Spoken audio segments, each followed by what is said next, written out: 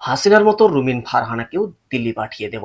সম্প্রতি রুমিন ফারহানাকে নিয়ে এ কথা বলতে গিয়ে এমন মন্তব্য করেছেন এনসিপির মুখ্য সংগঠক হাসনাত আব্দুল্লাহ।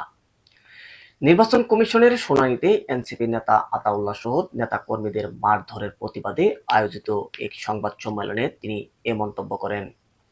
সেই সাথে হাসনাত আরও বলেন, হাসিনার পতনে সবচেয়ে বেশি কষ্ট পেয়েছে আইনজীবী রুমিন ফারহানা। রুমিন ফারহানাকে বিএনপির আওয়ামী বিষয়ক সম্পাদক হিসেবে আখ্যা দিয়েছেন জাতীয় নাগরিক পার্টির এনসিপির দক্ষিণ অঞ্চলের আহ্বায়ক হাসনাত আব্দুল্লাহ।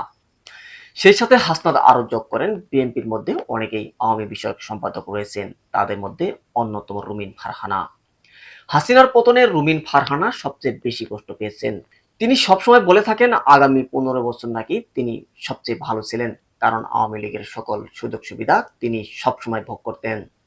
এদিকে পুলিশ এনসিপি নেতাকর্মীদের নির্বাচন কমিশনে ঢুকতে বাধা দিয়েছেন, অন্যদিকে বিএনপি নেতাকর্মীদের ঢোকার জন্য অনুমতি দিয়েছেন।